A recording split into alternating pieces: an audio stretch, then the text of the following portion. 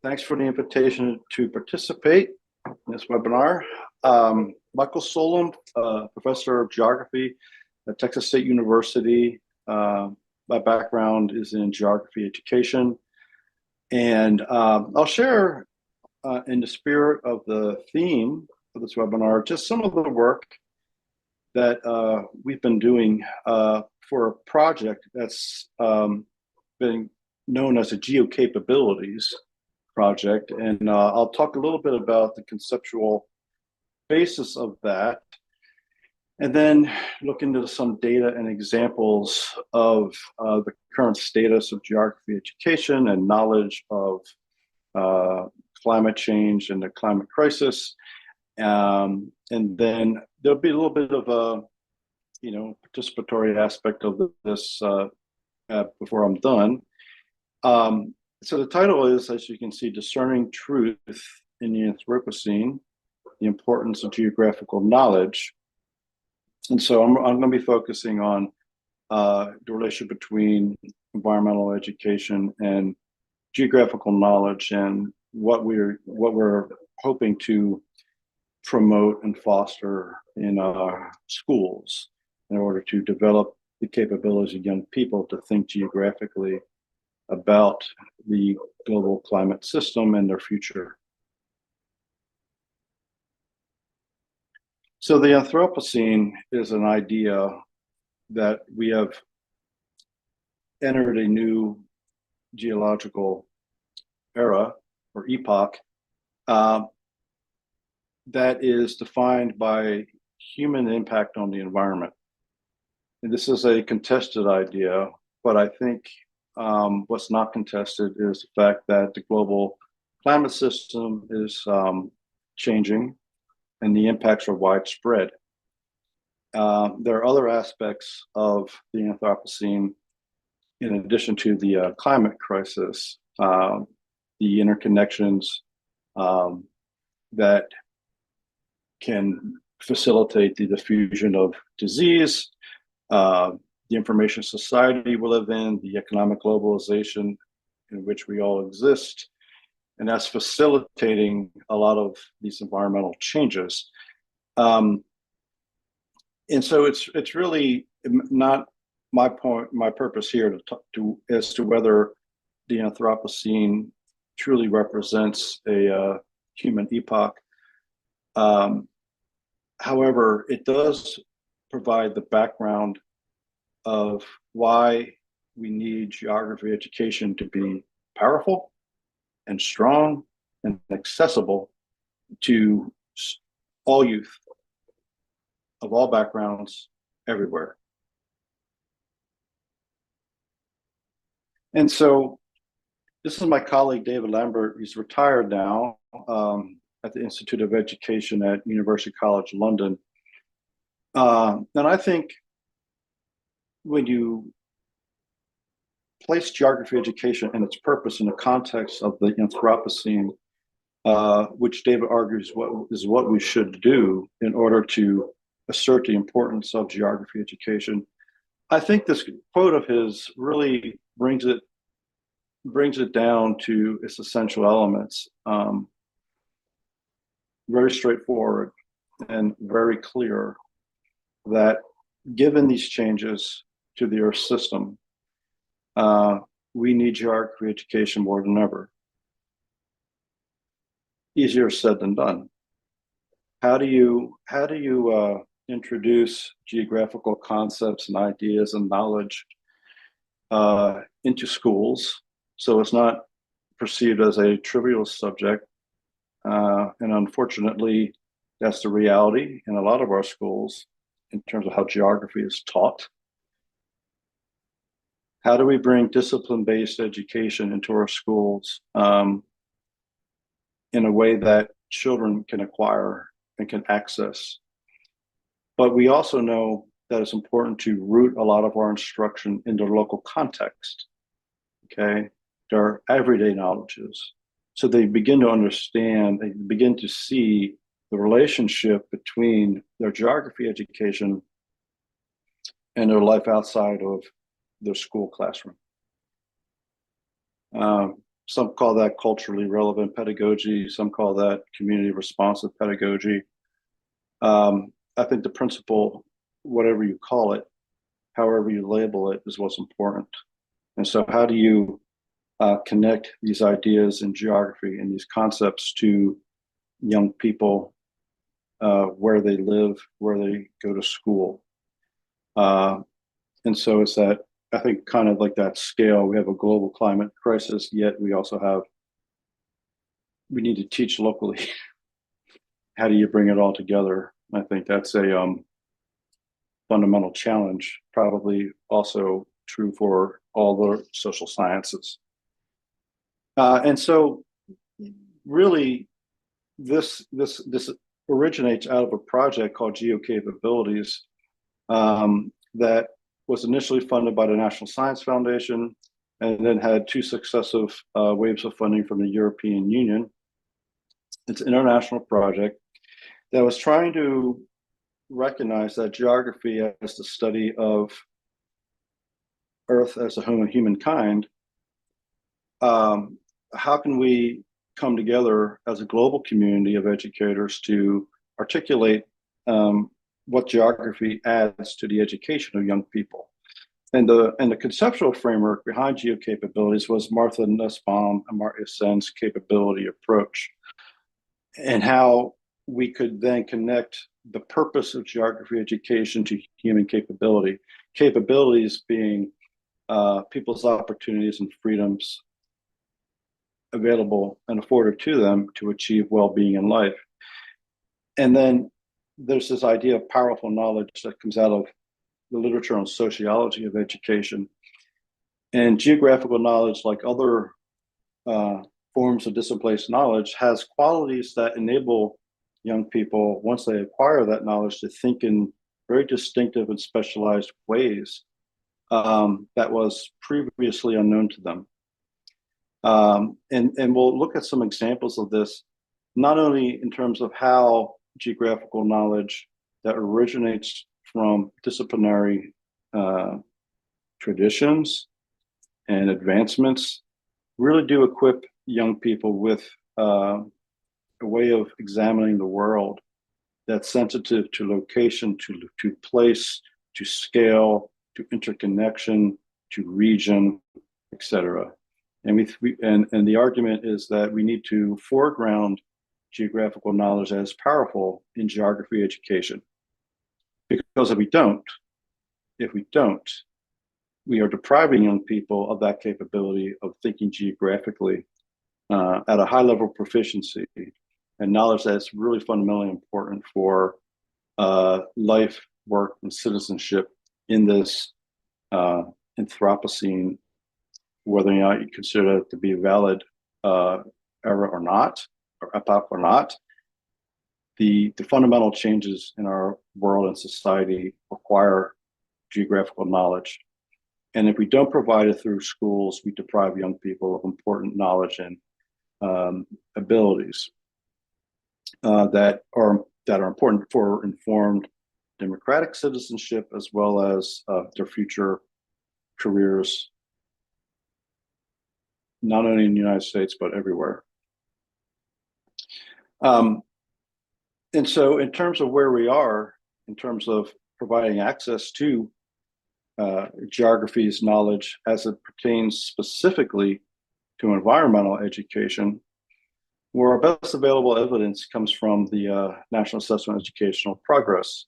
And there have been 5 assessments of the geographical knowledge and skills of young people, and specifically 8th graders, 13, 14-year-olds. I won't go into much background on the NAEP, other than that it is a large-scale assessment study of what young people know and can do in various subject areas, including geography. And in the NAEP geography assessment, there are 3 content domains: space and place, spatial dynamics and connections, and then environment and society. The environment and society content domain measures students' knowledge of how humans modify the environment and also how the environment influences human activities. What we're looking at here is that on the NAEP achievement scale, the scores range from 0 to 500. And just within that one subdomain of environment and society, there has been a reduction in the amount of geography students know, the conceptual knowledge that students possess in the 8th grade, and their ability to apply their knowledge of environment and society from a geographical perspective for the purpose of problem solving. So 1994 was the first NAEP assessment. The most recent one was in 2018. With every assessment, there has been a statistically significant decline in the achievement of students in this content domain. That's not progress, it's regress. And if we really want young people to become informed citizens and to use geography to address the challenges of the Anthropocene, we need to do something about this decline in their geographical competencies, specifically in the area of environment and society. And just a couple of examples of items that are measured in the NAEP assessment. This is an example of an item from the 2018 assessment. There is a remotely sensed photograph of Beijing showing what Beijing's city limits were over time, how it changed from 1978 to 2010. And that's the item asking students to respond to what's a positive and negative effect of this urban expansion on quality of life.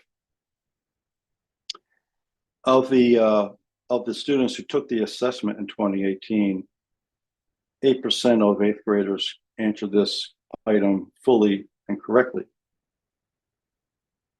Again, the NAEP assessment is nationally representative. And so you can draw an inference and a generalization to the nation's population of 8th graders. 8% of 8th graders. So if you randomly select an 8th grader, chances are 8% that you're going to get a complete and accurate response to this question. Now, what NAEP also does is provide data by which you can disaggregate the overall achievement on a basis of socioeconomic status, race and ethnicity, gender, etc. And so if you just look at the subsample for Black African American students, the percentage that answered this question fully and accurately is a statistic that rounds to 0. Statistic that rounds to 0. And same is mostly true for this item. Just another example from the NAEP assessment. This was another item that was particularly challenging to our nation's 8th graders. And yet again, you're going to see the social disparities in who answered this question accurately and fully. I would propose that knowledge of this nature is, fundamentally, crucially important to life and work and citizenship in the Anthropocene. And so let's take a deeper dive into some of this, and as a way of illustrating the contribution or potential contribution of geography education to understanding the Earth's environment and as a system. This is a map and a headline that appeared in Fortune magazine in 2019. What it's showing is annual carbon dioxide emissions per country in terms of internal emissions of carbon dioxide. And the claim of the article is, on the basis of the internal emissions of carbon dioxide, some nations have more of a responsibility for climate change than others. And by reasoning from that perspective, some countries have more of a responsibility to do something about it, to pay for the cost of mitigation, etc. I'd like you just to take a look at that map and reflect on it for a moment and ask yourself, do you agree? Do you agree with the claim?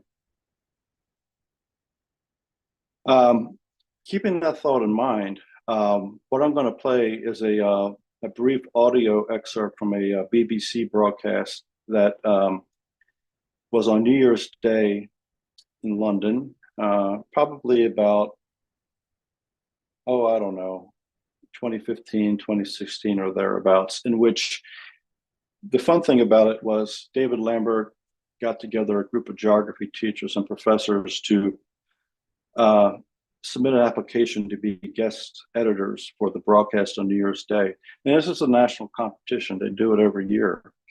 And their proposal was to do a program that focused on geography education and why it's so important for contemporary society. And their application was selected, which is kind of neat. And so we're going to listen to an excerpt from that in which the late professor, Doreen Massey, she wrote a short essay in which was based on this visualization, or a similar visualization. And in order to convey what makes learning geography powerful for the purpose of understanding issues of this nature and for informed democratic citizenship in addressing climate change, formulating policies to address climate change, etc. And I'm going to play that clip. And as you listen to it, I'd like you to really pay attention to what Doreen Massey is saying and to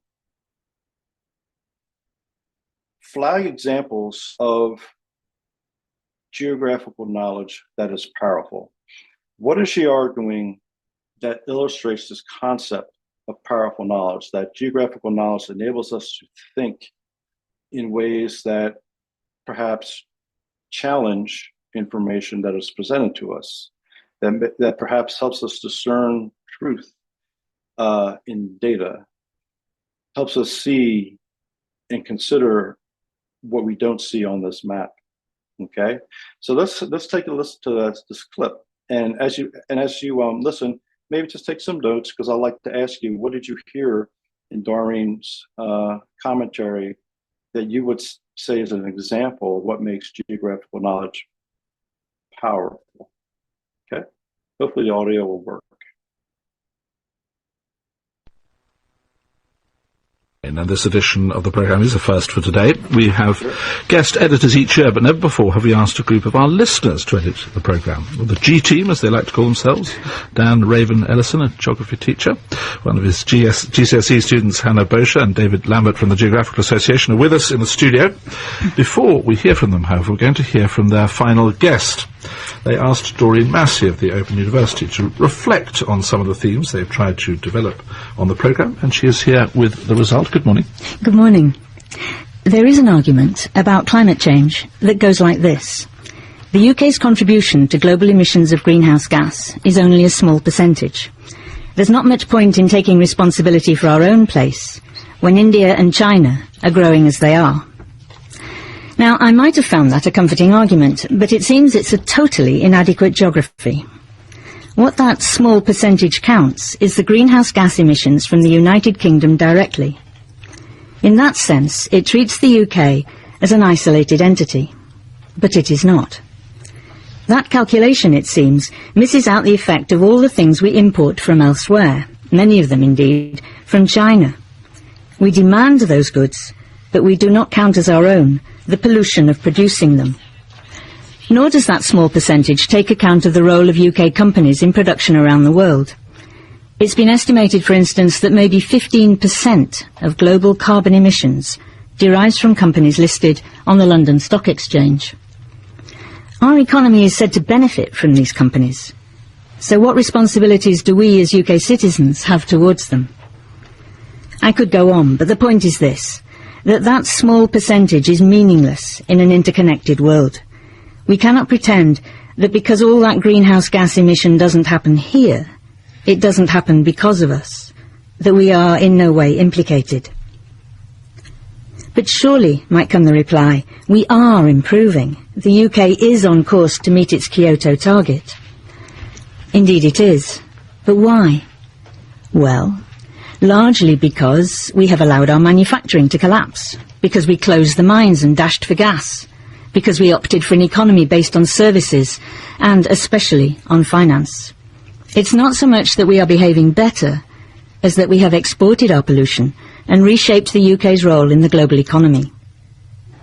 And that reshaping has reshaped, too, the geography of the UK itself, as manufacturing regions have declined, as the north-south divide has widened, as our economy revolves more and more around London's financial sector. Forget that comforting geography of small percentages. These are some of the other geographies that lie behind responsibilities for climate change.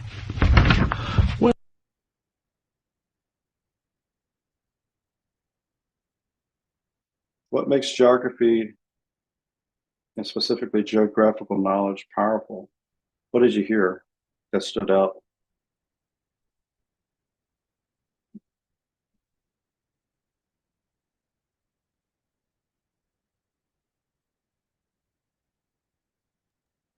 There's an economic concept that is very euphemistic. It's the concept of externalities. And the things that you don't see don't exist. So I think that's part of what we're learning here, that we tend to forget things that we've shipped overseas. We don't see the things that we bring in as being part of the problem. And so it's very easy to feel isolated and, on the other hand, self-satisfied.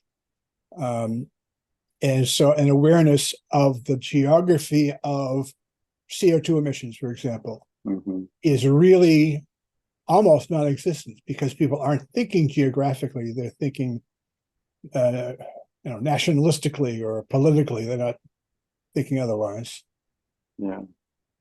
Yeah, I was going to say something kind of similar in that I feel like this tells us, with most things in the social sciences, one source can't give us a full picture, and just the ability to critically think, just the framing of the question, and what this one source can provide us is only a piece of a larger story. So I think that's part of this the critical thinking that geographic education, at least what you're saying geographic education can be versus what we tend to see it being in classrooms. So thanks, Charlie. Thanks, Jessica. I know I'm at my 20 minutes, so I'll just wrap up by saying how it's a huge challenge to try to orient geography education in schools into the teaching of powerful knowledge. But I think it's so crucially important. And I thank you for, again, the opportunity to be here and to share some of the conceptual basis of work that we're doing to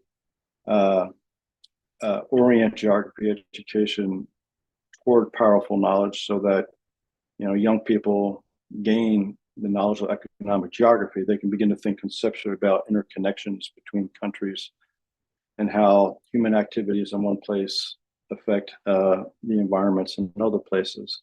These are fundamentally geographical concepts.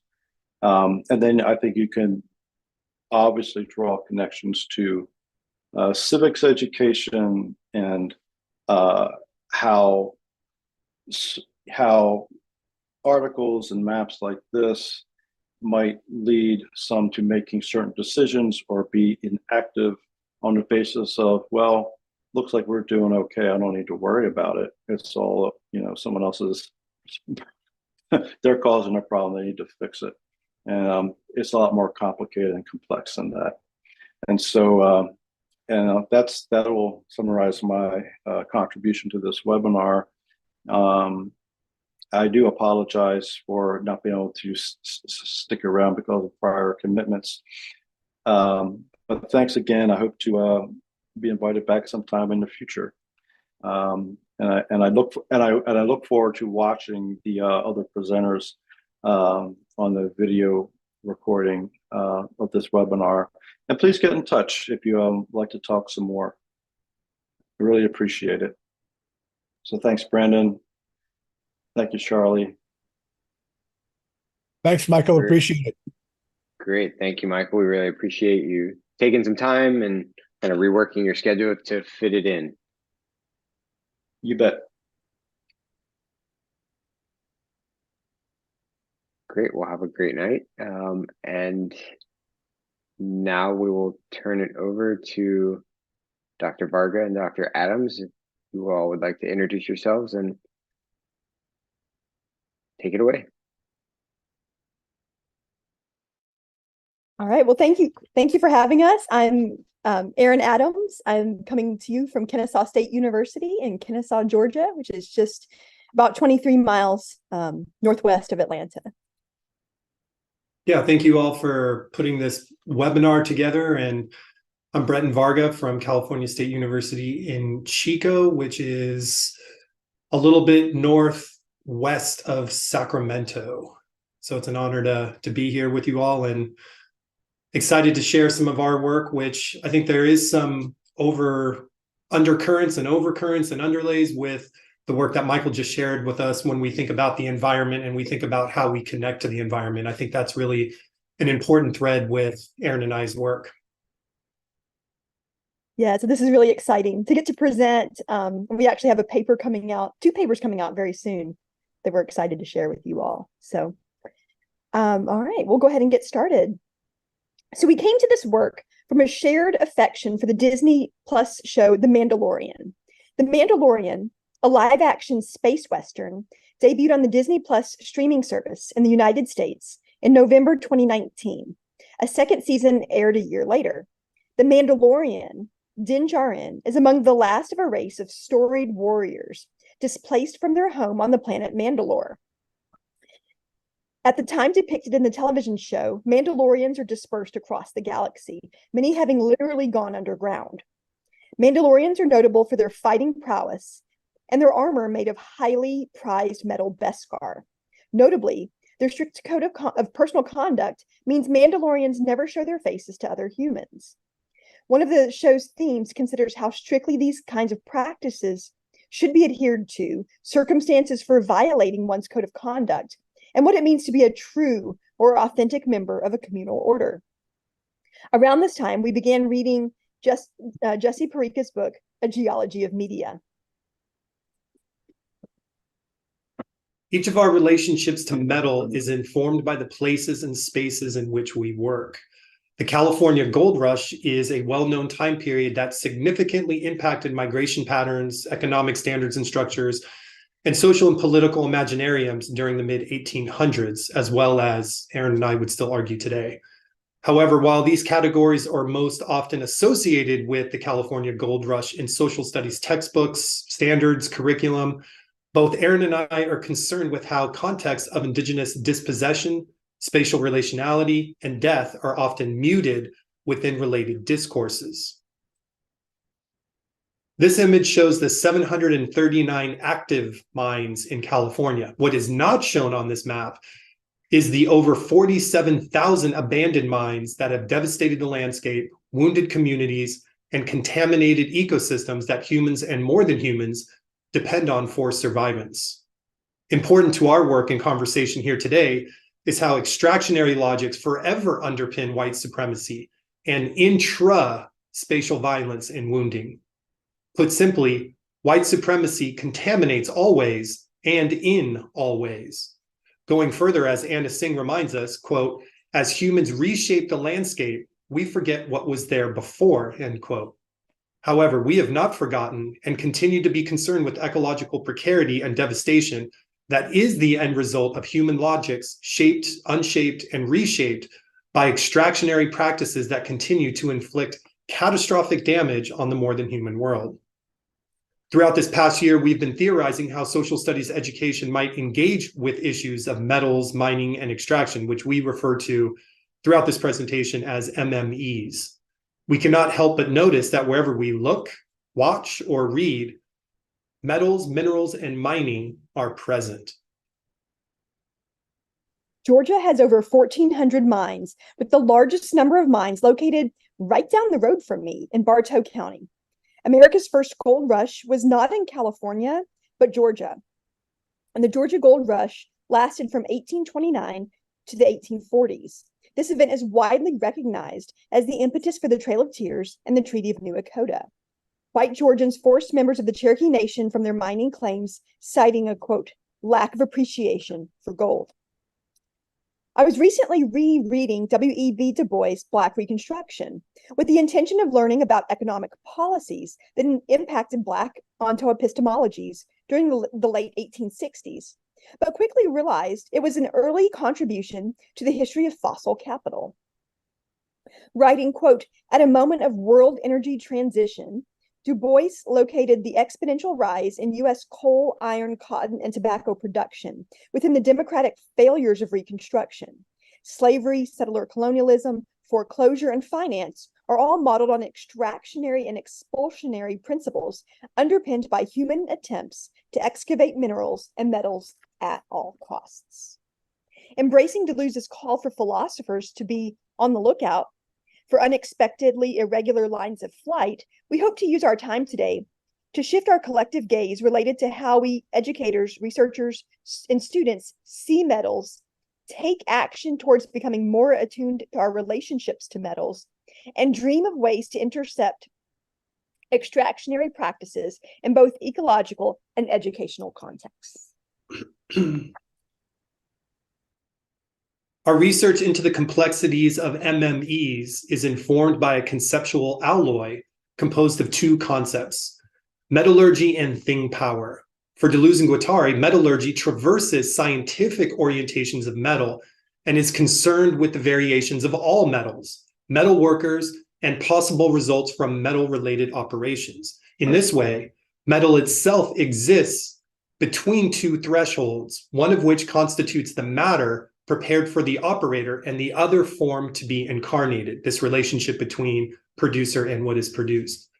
This notion invites inquiry into the multiplicitous ways that metals come into being again and again by allowing us to see MMEs as being an entangled world within the more than human world. Perhaps repositioning metal away from normative orientations of rigidity and inertness can undermine discourses grounded in human exceptionalism. When reimagined as vibrant, agency becomes metallurgically recast and metallics become significant agents within the human experience. Jane Bennett applies vitality to everyday objects and things, defined as the, quote, capacity of things, edibles, commodities, storms, metals, not only to impede or block the will and designs of humans, but also to act as quasi-agents or forces with their own trajectories, propensities, or tendencies of their own, end quote. Vitality correlates to an effectual momentum of things in this case. From this perspective, metal and all objects and things containing metal is bursting with a life and contains what we consider to be metallurgic thing power.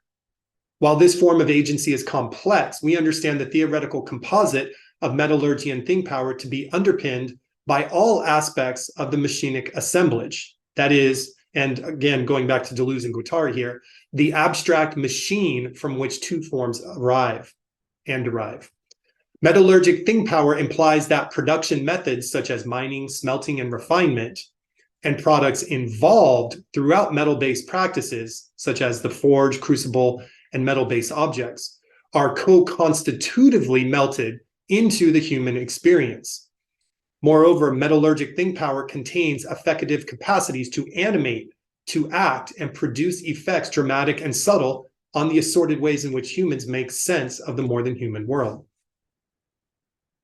MMEs are nestled and knotted within social studies education and popular media. For example, we have noticed that alongside daily updates about Russia's murderous invasion of Ukraine, articles are circulating about the relationship between Russia, Ukraine, and the extraction industry.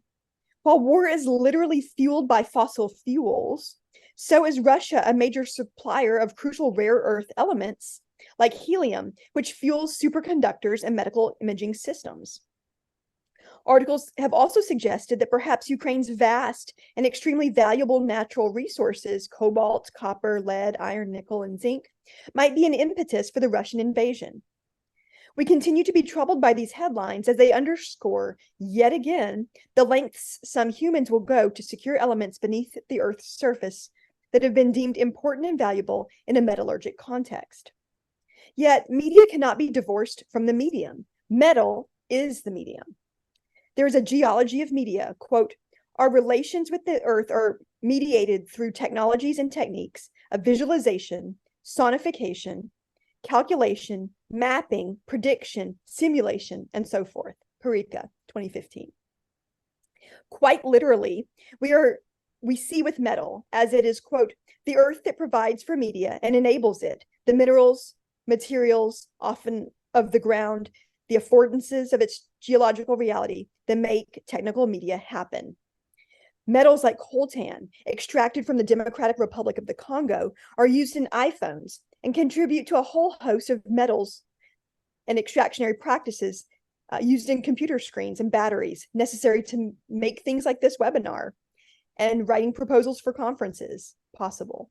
In other words, we see with and through metals, while at the same time often failing to see, that is, recognize and acknowledge those very same metals. In this spirit, we ask, how might social studies educators challenge students to think about what happens, quote, behind the screens, not just what unfolds on them? Dominant discourses about using or interacting with technology are framed around a privileged and Western perspective, occluding, quote, embodied relations with media materials in the phases that come before and after use, in the production of technologies and in their decomposition. Gallagher, 2020. Specifically, and perhaps ironically, while children in North America and Europe use technology on a daily basis, it is the children mining for coltan in the DCR, for example, that are being used by and for technological purposes. Moreover, we see an alertness to metals and the people behind the screens as another way to practice what's called techno-skepticism, or the non-neutrality of technology, and the social structures that become produced by and through technological advancements. And that's from Krutka et al., 2020. Despite the ubiquitous nature of metal-related historicities on modernity and futurity, we argue that social studies scholarship lacks formal interests, literature, research, and pedagogical engagement with MMEs. We are careful here not to say that MMEs aren't present, quite the contrary. We argue that MMEs are always already, but not yet present in social studies research, despite the aforementioned permeations into every aspect of social life and the reservations within the field of social studies education writ large. Importantly, acknowledgement, not presence, is what is missing. More specifically, despite being an unmitigated environmental disaster, MMEs receive very little attention in climate change and sustainability narratives. Our pre-service social studies teachers are always surprised to hear that the most toxic city in America is not New York, not Los Angeles, not San Francisco, but Kotsubi, Alaska. The cause of this is the Red Dog mine, a major source of zinc, which releases 750 million pounds of toxins annually and requires hundreds of millions of pounds of other pollutants to sustain this production. As history has repeatedly demonstrated, Indigenous people continually suffer from extractionary policies and practices. As one of many examples, water pollution from the Red Dog mine affects native food sources and cultural practices, threatening the community's health and sovereignty. The American Lung Association ranks Fairbanks, Alaska, as the most polluted city in the nation, and the state of Alaska as having the worst air quality among the 50 states. When we have asked pre-service teachers to comment on the photograph of an active copper mine that you see here in the bottom right-hand corner, the Kennecott mine, their responses are often confusion and mistaken assumptions that the strip mine striations are a natural phenomenon and not acts of spatial wounding. MMEs and metallurgic think power, for that matter, also underpin major fictional plot lines in popular culture. For example, who could forget that in the film Don't Look Up, a techno-oligarch derails the government's attempt to destroy a deadly comet headed for Earth after learning it contains valuable rare earth elements. I can't get that scene of the rockets U-turning out of my mind. Although advertised as disaster fiction, stories about current plans for space mining drive home how mining and extraction are a part of our past, present, future. I'm thinking here, of course, about the film Alien from the late 70s, which, if we all remember, was about the space barge Nostromo hauling intergalactic ore back to Earth before, well, we kind of know what happens with the alien. In 2018, the movie Prospect was released and features a story arc constructed around the search for rare gemstones. Great film, by the way. Returning to our shared love of Star Wars and The Mandalorian, we wonder, how do encounters with metal continue to shape, misshape, and reshape our human identities?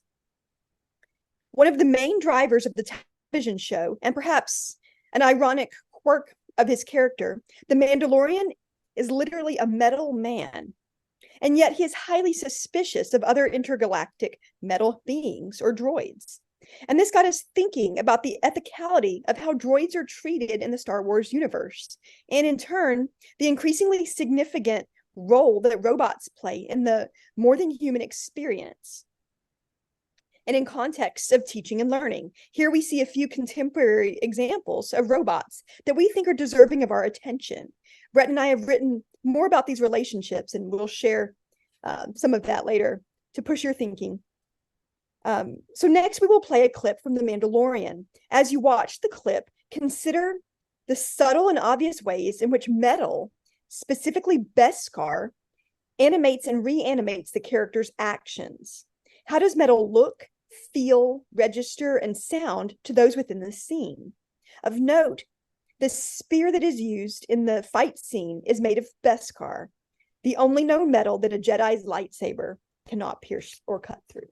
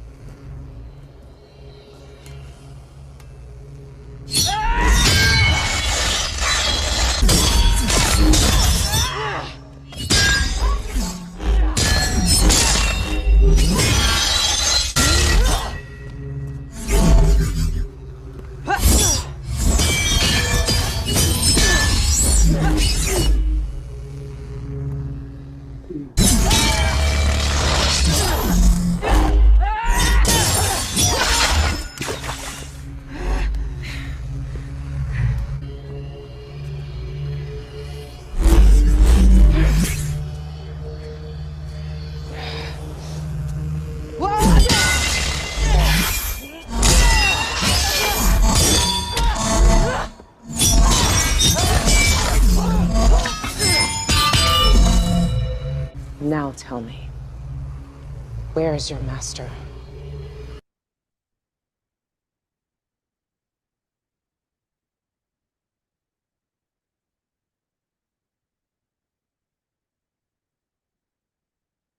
So why does this matter? Engaging with MMEs holds the potential for broadening perspectives and opening up entry points for teachers and students to consider how MMEs continue to bolster problematic logistics occurring at the intersection of economics, teaching and learning, media, and climate catastrophe. We have both used a variation of an activity that asked participants to mine chocolate chips out of cookies. Once complete, our students were asked to repair the cookies, which of course is impossible. This activity was the springboard for a recently published paper in TRSE, in which we consider the complex nature of simulations and how those impact how students learn about the world around them. So we want to conclude by sharing another piece of research that is set to come out later this fall in the Journal of Environmental Education.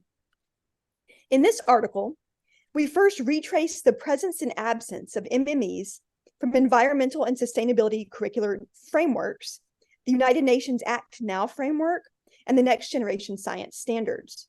Then we critique the swelling markets, mentalities, and mastermindings used to develop and produce clean, putting that in quotation marks, and renewable energy sources and solutions. As one of many examples, there's an increasing skepticism among indigenous communities that history may repeat itself, as the quest for clean results in further displacement and violations of tribal sovereignty. Notwithstanding our, Breton and I's, academic positionalities in social studies education, one of our conclusions considers the necessity of interdisciplinary collaboration between science and social studies on the issue of sustainability through MMEs. In the classical view of economics, and as taught in K-12 economics in the United States, Canada, and Western Europe, land is viewed as one of the 4 productive resources, along with capital, labor, and entrepreneurship or innovation. The Voluntary National Standards in Economics defines productive resources as resources available to make goods and services. Consumption, conservation, efficiency, cost-benefit analysis, opportunity costs, and scarcity are fundamental concepts in neoclassical economics and are also related to and borrowed from science. Classical and then later neoclassical economics was constructed alongside and even modeled on physics and theories of thermodynamics, such as the conservation of energy. In other words, energy consumption is normalized and the goal becomes the conservation and efficient use of energy, but not the actual reduction of it. And this is why, for example, fuel-efficient cars actually promote more, not less driving, and therefore more, not less fuel consumption. Because the early neoclassicals were intensely interested in energy theories, economics borrowed language from science. In economics, energy becomes value, wealth is stored energy, and energy conservation becomes utility. Discounting the economic concept which values the present over the future is another reason for environmental degradation. With this in mind, we suggest that real change in sustainability education will be hindered as long as neoclassical economics is the dominant paradigm in K-12 education. And therefore, those interested in environmental education might look at ways to transform their school's economics curriculum alongside their science standards. So that's all we have for you. Thank you so much for coming, and we look forward to a great discussion. There are some of our references. And here's a couple of the resources that Erin and I have worked on if you all are interested in learning more about how we take up metal in the context of the Mandalorian, or how we take up metal in the form of the robot through children's literature. Thank you again for listening. Well, this was a fascinating presentation, I have to say. And when we post this on our YouTube channel, we'd be more than happy to also post supplemental material of the kind that you just described, so that people have access to that too as well. I was fascinated by your discussion of metals in the context of the Mandalorian. You see the same thing in Game of Thrones with the swords made of Valyrian steel, which is the hardest substance, or Even Lost in Space, the remake of that. You see that, but just fascinating. I do have a question, and that is, can you think of a culture, a current culture, or actually it could be an older culture, in which the relationship between metals, human action, and the environment is, I'll call it more satisfactory, more balanced, more equitable, less damaging? And if the answer is no, because I couldn't think of one offhand, what would a culture need to do in order to thwart the predation of MME in 30 words or less? Thank you, Charles. I appreciate that question. And yeah, once, just to go back to something we mentioned in the presentation, I think once you start to see metals and you start to see how they're around everything, you start to key in on platinum edition DVDs for sale, or the Gold Rush burger, or shows about, there's that show on Discovery Channel, right? The Gold Rush, which is actually chronicling and indexing the harm that's being done to the environment. Mm-hmm. To answer your question, I think the Anthropocene really plays a huge role in accelerating the destruction that's done in the search for metals, where now we have these big monstrous machines that are digging and ripping and tearing into the earth to extract. I think any group of people who were not turning to machines in order to pull out stuff from the earth, I would say that would be less harmful. I think the ethicality of everything dealing with MMEs might be a broader conversation that we could have elsewhere, or maybe a follow-up session or something. But I think that it's vastly different from when, you are obviously digging into the earth with hands and very, sophisticated yet more simplistic tools that are not powered by motors and belts and oil and all the things that go into that. So I would just say cultures that go that way, I think, is way less harmful, obviously. Well, and the implications for foreign policy are striking as well, where we have to keep relations with China regularized so we can access their, what do they call them, rare earths that are used in so much of the technology. I hope you have seen the call for proposals for the conference in Morocco, because this is made for that conference. It's got this written all over it. So if you haven't seen the call for proposals yet, take a look at it. And because Morocco and especially other countries in Africa, which will be part of the conference, are all going through the most tragic consequences of MME. As you say, like the children going around the metal pits to find rare metals. So please keep that in mind. Thank you. Appreciate your comments, Charles. Yeah, and it's interesting, Charles, like naming, we have so many sort of media examples of the preciousness of metal, and your question made me think of the Mandir Temple here in Atlanta, which was built without metal. And I was looking, because I went there several years ago, so I can't remember the exact reason, but many Hindu temples are built with interlocking pieces, and there's no metal involved and no nails. So I would be curious now. You really stoked my attention to this, of who isn't using metal and why, and what might that tell us? Now, I wonder if the Corn Museum uses any metal. I haven't been out there to see it, but yeah, and I think too that's part of Aaron and I's work here. It is just such a generative concept. Once you start thinking about metals, it's not that you can't stop thinking about it, but there's all these new angles that haven't been talked about that I think certainly warrant our attention. Great comment. And Aaron, we'll have to take that up and think about that. Yeah, give another excuse to go to the. That and it actually reminds me of something I saw on social media recently with I'm trying to think of who was the celebrity actor. It wasn't Johnny Depp. It was some very famous Hollywood actor that it was Aaron, help me out. Who plays Iron Man? Robert Downey Jr. Yeah. He has a home that was created by this process.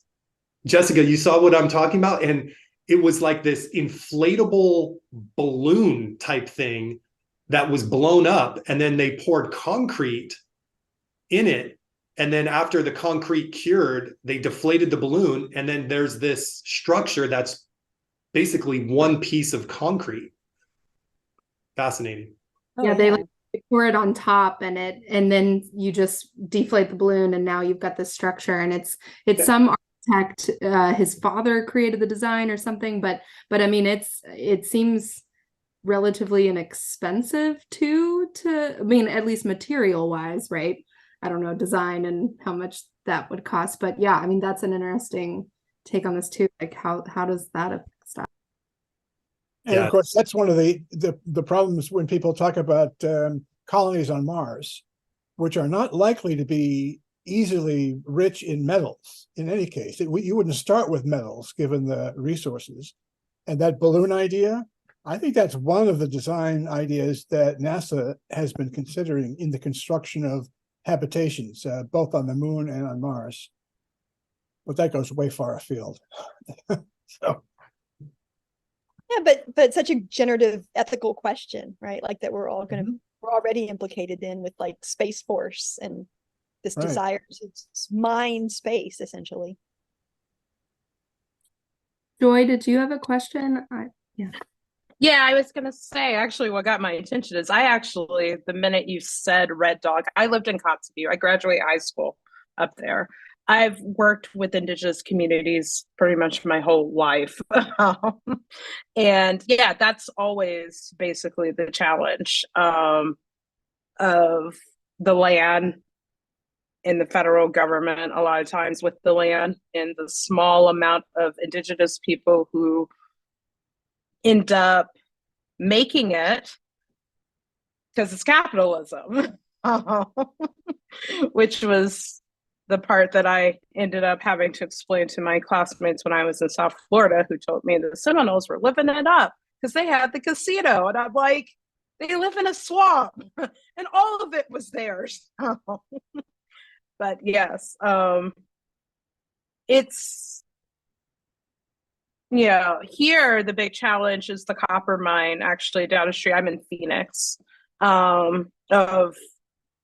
They already have copper mines actually all around, and there's this one land that actually is San Carlos Apache, and that's the big one that they're still trying to fight over. And yeah, yes, the supply and demand and the economic aspects of metal is what makes it very, very challenging, and it's easy to focus on the small minority of Indigenous lands too. Joy, I'm curious as to how, and so what role do those mines play in the town that you're at? Like, is there advertising to get tourists? Oh yeah. How is it actually? How is it being engaged? Probably the most. So they own the town. Basically, they're these little small towns out. They own the town. What got my attention was actually at the Arizona State graduation at the American Indian Convocation. The mining president came. And it was awkward because you had two rows. He sat by himself. They were like, we are not sitting with you.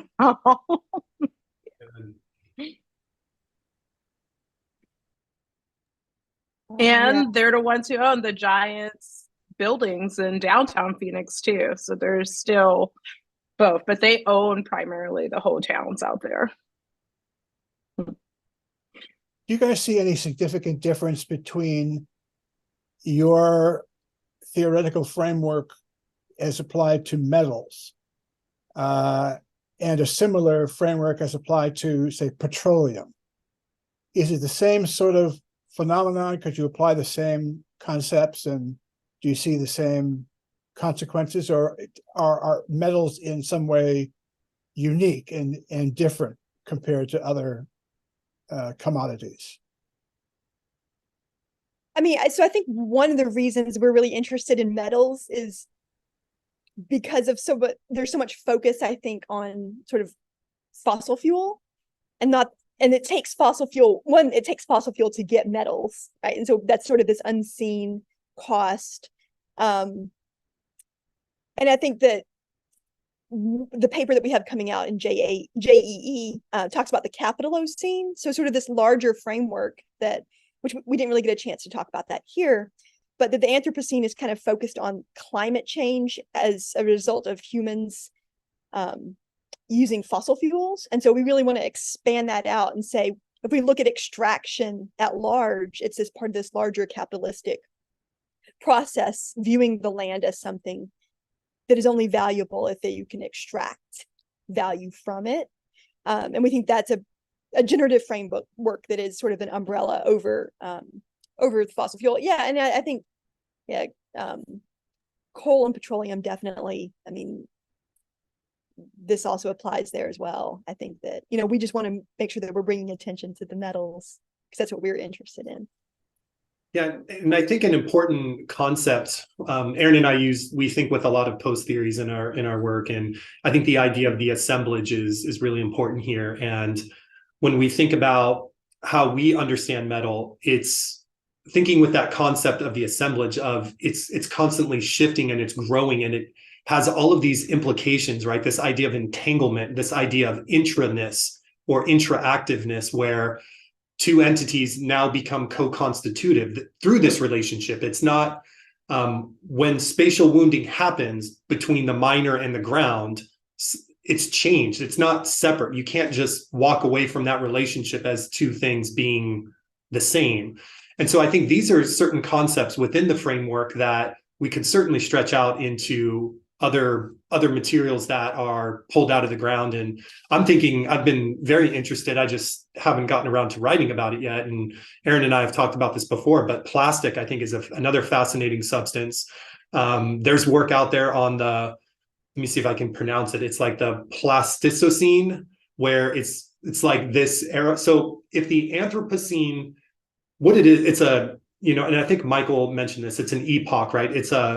It's a marking of time that designates a specific era, right? And most scholarship around the Anthropocene points to the Industrial Revolution, right? And so Aaron's comment about the Capitalocene really takes it to the shift of the acceleration of capitalism, which again grows it.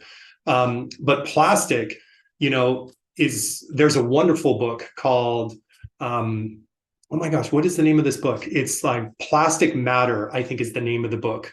And there's research that shows maybe in the not so distant future that just about anywhere you go and you dig into the ground, there's going to be a layer of plastic from all of the microplastics and plastic production, and how plastic is now becoming, which we know is from petroleum, right, is like the fundamental component of that. So I think that's another interesting line of inquiry that could go in with the work that we're building upon with MMEs. Cool. And then you start seeing plastic everywhere, and then you start thinking about, Charles, what's your relationship to plastic? Well, I see you're wearing glasses, and I see that those are most likely plastic. I'm wearing contact lenses that are plastic. I couldn't see without them. So again, we're very dependent on these materials that, there's the paradox, right? Like we're working towards bringing in awareness and an acknowledgement first, with the hopes of the action piece coming in, where people are going to change their consumption habits. But to what end can we live or not live without plastic being a part of our lives? And it's so much harder to deal with plastic once you're done with it, because you're never really rid of it. And you can imagine future mining operations to mine the plastic, because it's become as big as a commodity or something else. Yeah, I can see applying this way of thinking in a lot of different commodities. Although, and the key would be identifying aspects of the commodity itself and its relationship to human activity to make distinctions across commodity types, I suppose. But the model, I think, is a very powerful one. I look forward to seeing a proposal. of the conference. We would love to go to Morocco. We'll have to check the budget. I've been there 3 or 4 times now, and it's never disappointed. So It's very high on my list of places to learn from and experience. And I think we're always looking for collaborators. So if y'all are interested in, we also have a special issue coming out. So, stay tuned for that. But if you're interested in talking more about metals, like, just give us an email. and I would be hazard a guess that there would be a lot of opportunities in Morocco to link into other international collaborators who are dealing with the same issues, because our call for proposals is not only going out to Moroccan professionals, but through their network to colleagues throughout Africa. And so it'd be kind of cool. I imagine a project you could do that links your investigations in the U.S. to Nigeria, or what African country has the most serious problem with metal dumps? There's one in particular that seems to be the international dumping place for metals. I know the DCR. Yes, Trying to you might be remember. right.